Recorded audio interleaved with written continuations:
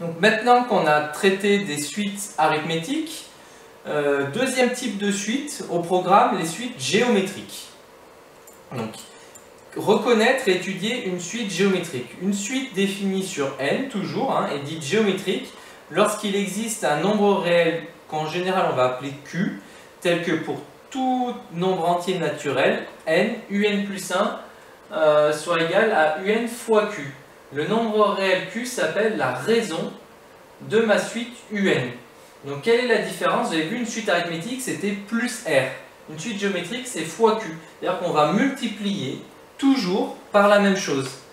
Donc l'écriture un plus 1 égale q fois un, c'est la relation de récurrence de ma suite un. Donc là on a une définition de récurrence, une définition d'une suite par récurrence.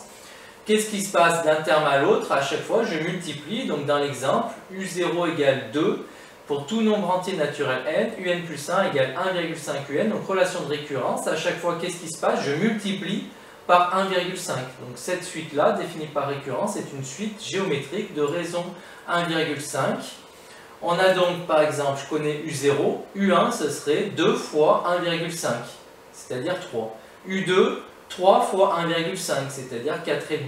u3, 4,5 fois 1,5, c'est-à-dire 6,75.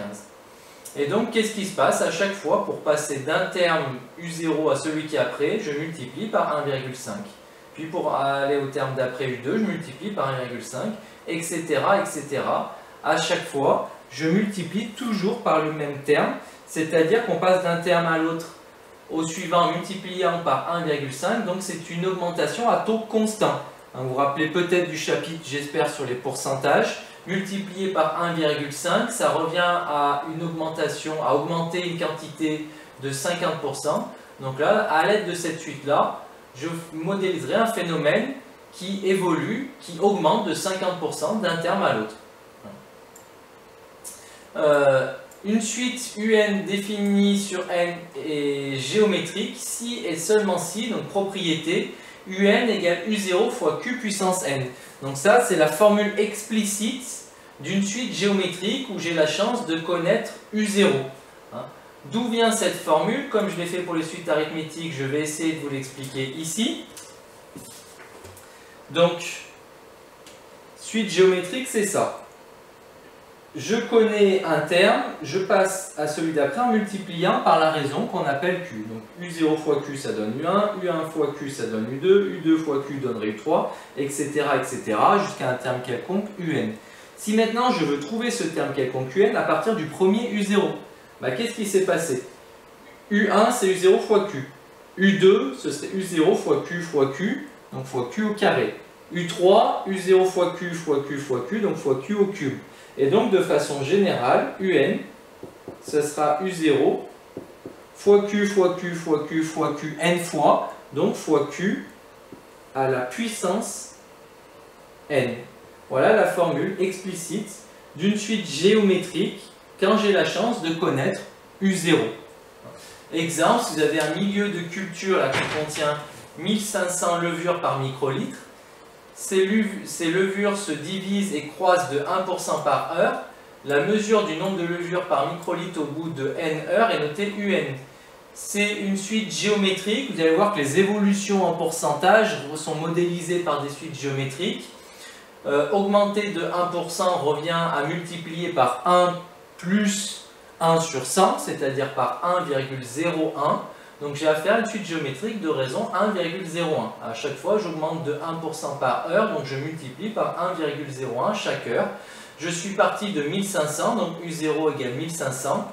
Et donc de façon générale, un égale u0, c'est-à-dire 1500, fois la raison, c'est-à-dire 1,01 à la puissance n. Donc maintenant, à l'aide de cette formule, vous pourriez déterminer immédiatement u10. C'est-à-dire combien on aurait de levures au bout, a priori, de 10 heures. Autre exemple, la suite Vn, définie sur n par Vn égale moins 2,4 fois 5 puissance n. Je reconnais ici la formule explicite d'une suite géométrique avec u0 qui vaut moins 2,4 et q qui vaut 5. Donc c'est une suite géométrique de raison 5 et de premier terme moins 2,4. Et donc je peux calculer V0, je vais dans la formule explicite, je remplace n par 0, moins 2,4 fois 5 à la puissance 0, ça fait moins 2,4 fois 1, ça fait moins 2,4. Une suite géométrique donc modélise un phénomène discret à croissance exponentielle de base Q, donc croissance qui va avoir tendance à s'accélérer. Ensuite, pour tout nombre A différent de 0, A puissance 0 est égal à 1, donc ça c'est une propriété à connaître.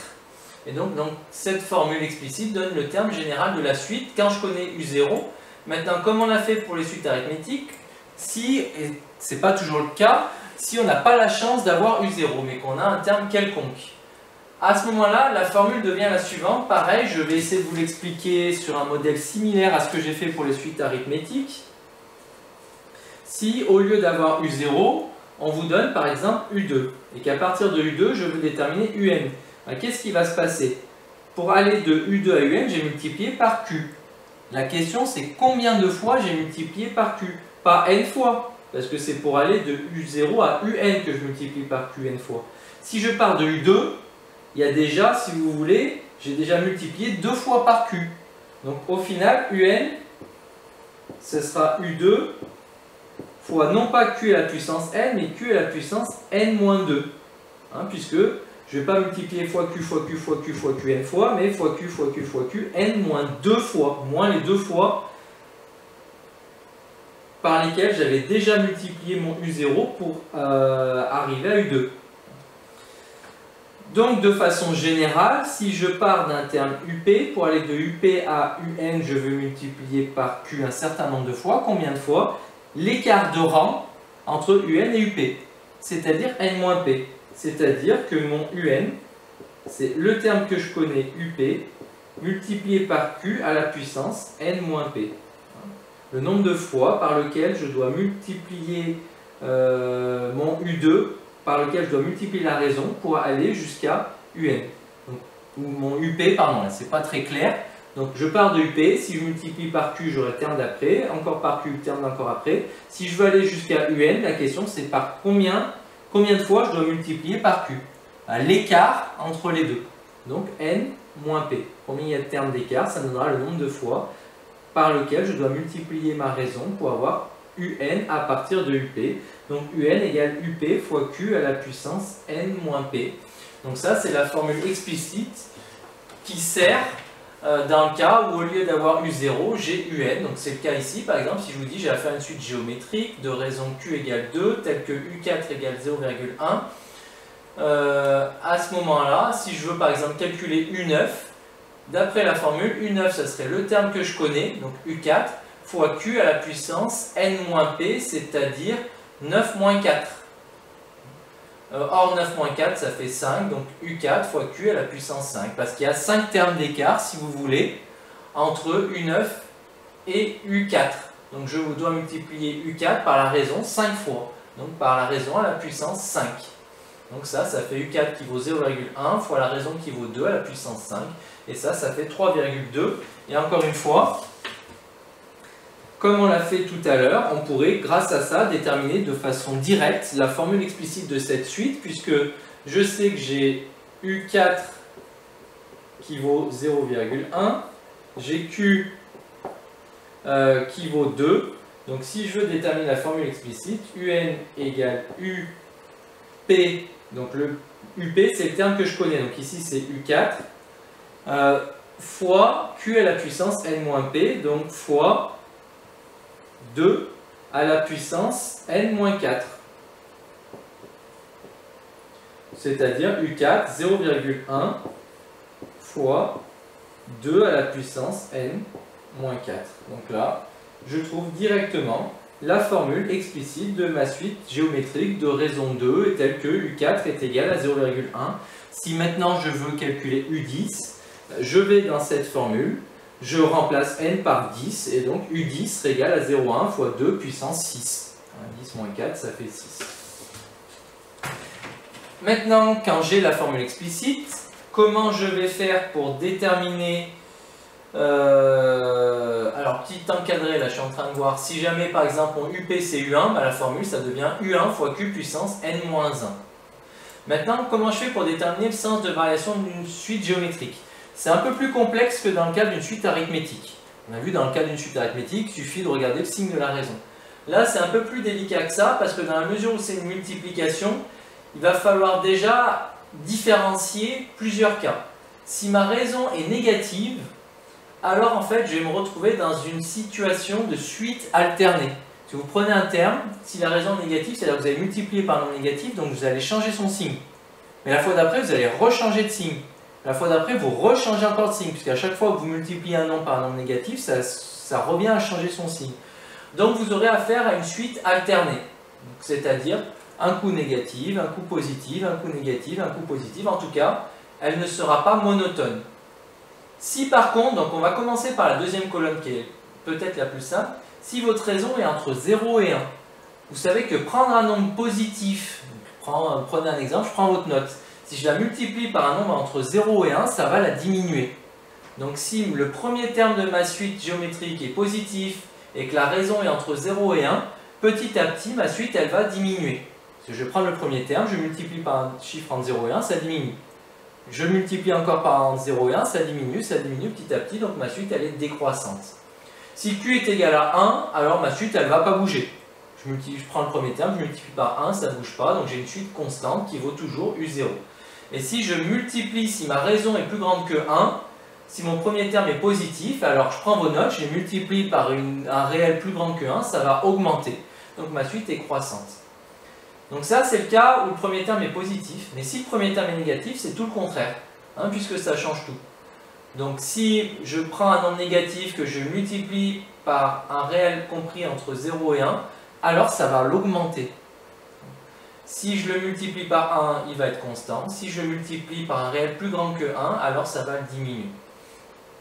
Donc si vous voulez, ça ferait un tableau à 4 cases. Alors là, il y a 8 cases, mais moi j'aurais tendance même à le simplifier un petit peu. Voilà les 4 cas possibles dans le cas d'une suite géométrique.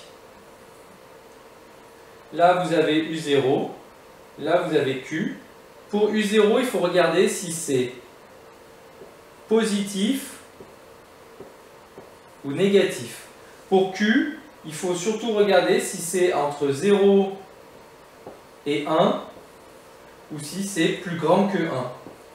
Hein, le cas négatif, on peut l'exclure parce qu'on rencontrera rarement des suites qui ont une raison négative. Si c'est le cas, elle est alternée, donc pas de sens de variation.